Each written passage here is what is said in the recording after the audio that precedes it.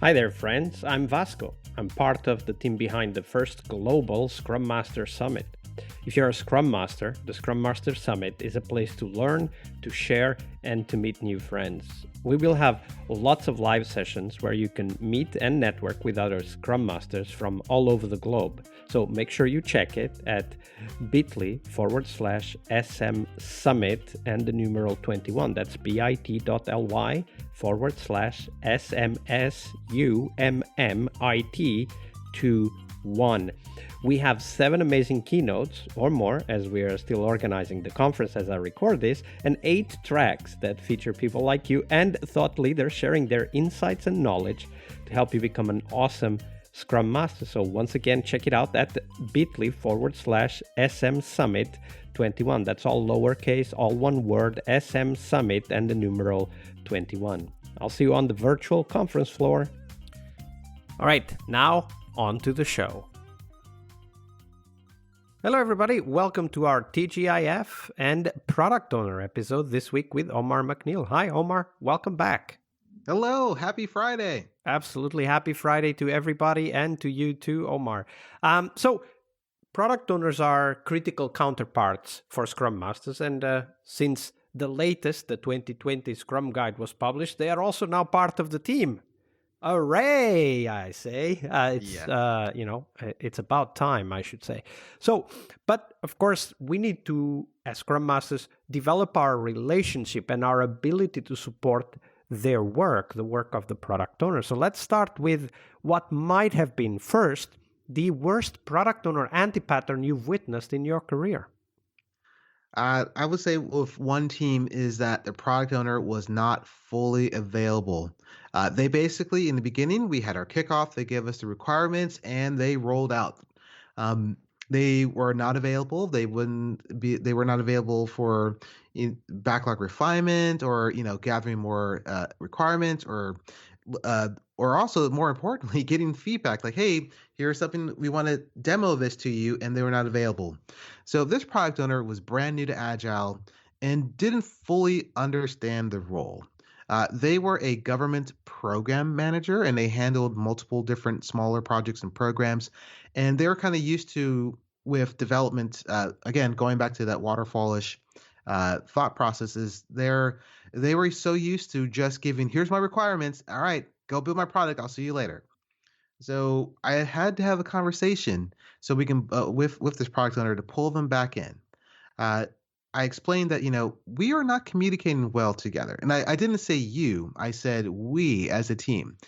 How might we communicate better? And I explained the product owner role more in depth, and explain how the team can be successful with you being more available. Granted, we understood you have other programs you're running, other things are going on, but we need your commitments to us to make sure that we're able to get everything that you're asking for us to get done. Also, with this team, with this product owner, our agency was running through, they're providing some foundational Agile training. I believe it was the IC Agile Certified Professional certification. So that way, all the product owners and everybody in the team had a baseline, and they can speak the same language and same understanding of the basic concepts of Scrum, Kanban, and Agile itself. So with that, prior to, I made sure that this product owner went to that, but it was after, where's the product owner? They're not here, they're not available. And the team is kind of like, we can't really prioritize stuff because we don't know what's important to the product owner. So again, I had to have that conversation on a couple of times. And then there's a little give and take because this product owner was not fully available because they worked between 2 offices, one in the DC area and one in Virginia Beach. For those of you that don't know the distance, that's about 200-300 miles away. So like 5 hours driving. Yeah, it was about a 4-hour drive, a 4 or 5 hour drive. So it's like, some days they're in DC, some days they're in the Virginia Beach area. So we had to take that into consideration. So we had to kind of change how we did things. We had to move certain ceremonies around so that when they're in the DC area, we can grab them. The other part is I made sure for some of our practices that we would go to the product owner's building. So The kind of the logistics here is product owner was in one building. The development team was in another one about 10, 15 miles away. So I would bring the team there. We were able to have a caravan of our agency provided us vans and vehicles that we can bring people and go to different meetings. So I would bring the team with me to the product owner so we could have our ceremonies, give demos, and get more feedback and stuff because that was the only way to do it in their schedule. We would get there, we would have 30 to 45 minutes, and it was so valuable, just that small change. Like, okay, instead of sitting on I think I mentioned this yesterday, get off your butt and go talk to people.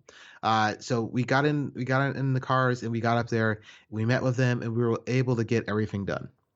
Absolutely. Well, one of the key aspects of this story for me is the ability that you and the team had to make some adjustments to accommodate the needs of the product owner. Because that's sometimes we forget that organizations are imperfect. Like in this case, the PO was between two sites, and the common site you guys had was still a few miles away, one building from the other. So it's very important for us as Scrum Masters to work with the team, also to find some flexibility on how we can work together. And sometimes that means accommodating some needs by the product owner.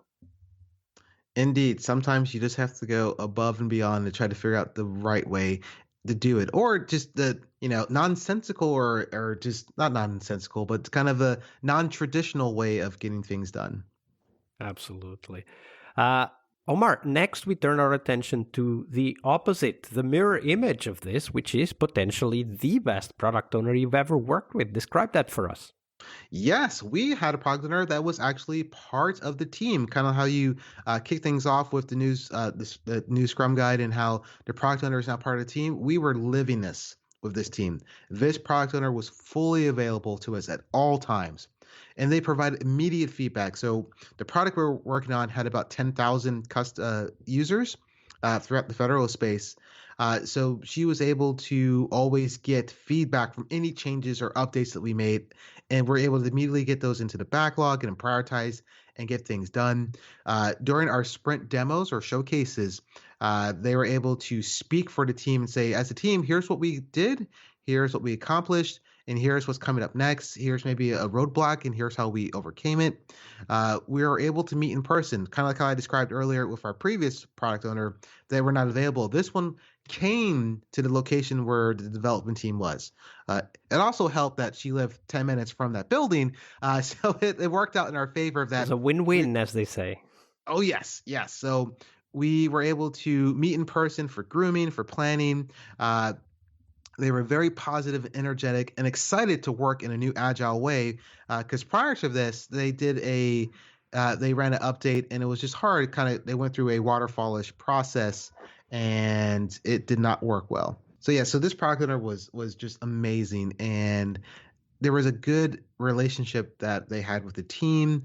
Like, they during during the week when the team is working, the product owner would just pop over like, "Hey team, what's going on? How's everything going?" And then, like, I think on a handful of occasions, I think she had lunch with us as well, just because they were there. Like, "Hey, let's go out and grab lunch," and we were able to have lunch. So we were able to build a relationship with this product owner, and it showed. And we were kind of like this team was kind of the shining model of how to get things done. The other teams would come to us and say, "Well, how are you doing this?" And we explain what we're doing, how we're communicating and collaborating with our product owner. And some of the other teams tried to emulate some of that, and they were able to get success as well. Yeah, absolutely. So one of the things, of course, that you mentioned was that the product owner made herself available to the team, and that's, of course, perfect. But one of the things that I would like to explore more is then what did the product owner do with the time available? Because now, when the product owner and the team are spending time together, product owner is part of the team, as you said when you started introducing the story. Like, what were the things that developed? What were the dynamics, the things that they did together because of that time availability? So it was definitely like, again, those feedback loops were instant where, if she was in the building, like, "Hey, we just completed this. Can you take a look at it?" And she was able to jump in, take a look, and provide that immediate feedback. There was also a lot of laughter, a lot of fun was being had. Like, it was a little bit of gamification, a bit with just some of the stories, and memes, and just like we would have like a quote wall with just fun antidotes or memes or just anything funny somebody said. So again, this kind of goes back to building that those relationships and the culture there. So feedback was definitely the main thing, and then also getting instant access uh, from the customers after we uh, delivered. So, for example, there was people in the field, because this product touched people all across the country, and we would get amazing feedback from people in the field about the features that were done, and we were able to provide that to the team. And you can see the team kind of, you know. Chest goes up, they're perked up, like, hey, we accomplished this. We are helping people. And it is just a great feeling. So communication and just that feedback loops were just immense. And then again, the team being able to see the fruits of their hard work. Yeah, absolutely. I especially like the aspect you highlighted, that because they were so often and spend so much time together, they were able to develop a positive social interaction. Fun, I think was the term you used. So I think this is also a very important asset, a resource we have as Scrum Masters, to create that space where, by interacting more often, PO and the team create a bond, create kind of a friendship that takes their performance to the next level. Yes, and now what I do is I try to put icebreakers in as much as possible. If we're doing a 2 week sprint, I try to do 2 or 3 different icebreakers or energizers with the team so that we're staying connected. The other fun thing is to use, I call it water cooler time. So if you're in a meeting or a session or just kicking things off virtually, spend the first 15 minutes just shooting the breeze. Like, how's everybody doing? Did you watch the latest movie or the latest TV episode? Or what do you think about the sports games? And that way you're not talking work, you're just talking to each other, you're engaging each other, you're building empathy for each other, and you're building more of that team dynamic versus just, all right, we're here, let's get to work. Because it kind of loses that. And again, that's one of the hard things working remotely in these COVID times, is you kind of lose a lot of that personal development with your team. So I'm a We need big to make proponent. space for it, right? Yes, yes, I'm a big proponent of building those into your schedule, having fun, energizers, and again, being nonsensical sometimes. So, for example, in a workshop I led last week, I one of our energizers was a typing speed test. So, if you recall, like in your youth, if you did like your home rule keys, there's the games. If you did Math Blaster, things like that, where you get time. So, we would do typing speed test relays where we would pick the same 1 minute couple of paragraphs. And this is a website. There's several different websites you can use, but basically, all right, go, and everybody types away. And then at the end of a minute, you try to see what was your total number, total words and complete and accuracy, and you try to see who had the highest words per minute. And it's fun, so we do a couple of relays, and it's just again nonsensical, fun things you can do. Everyone is happy, even like your senior architect or senior developer who sometimes can be kind of reserved, or they're introvert. They're laughing or having fun because sometimes you just haven't done something as crazy as just a typing speed test. Another thing you can do is, two truths, one lie, and you learn more about your team. Where again, kind of go through. You give them a few minutes to populate their board and put like 2 things that are true about themselves and one that's a lie. And people sometimes have a little too much fun with that, but it's perfectly appropriate and it's a lot of fun, and you get to learn more. So again, I bring a lot of energy to my teams. I think I've been called a cheerleader before. So it's about being over energetic sometimes. As you have to know when to turn it on and when to turn it down. So that's something I've had to learn over my career. Is it can't be super go lucky all the time. You have to turn it down when needed, but also bringing that positive energy and having fun with the team. Because again, if you're not having fun at work while you're building stuff, what's the purpose? Absolutely. I mean, the I think you pointed to that already. If you're not having fun, the energy level goes down, the ability to cooperate goes down, the threshold for conflict goes down, meaning it's easier to get into conflict. There's all of those consequences. Hmm. Omar, it's been a pleasure to have you here this week. Unfortunately, we're getting close to the end, but before we do go, tell us, where can people find out more about you and the work that you're doing? Let's see. Yeah, you can join us if you want to learn more about what we do here at the Red Hat Open Innovation Labs. I'll provide a link to that in the show notes. It's a little too long to spell out, but we will add that link to the show notes.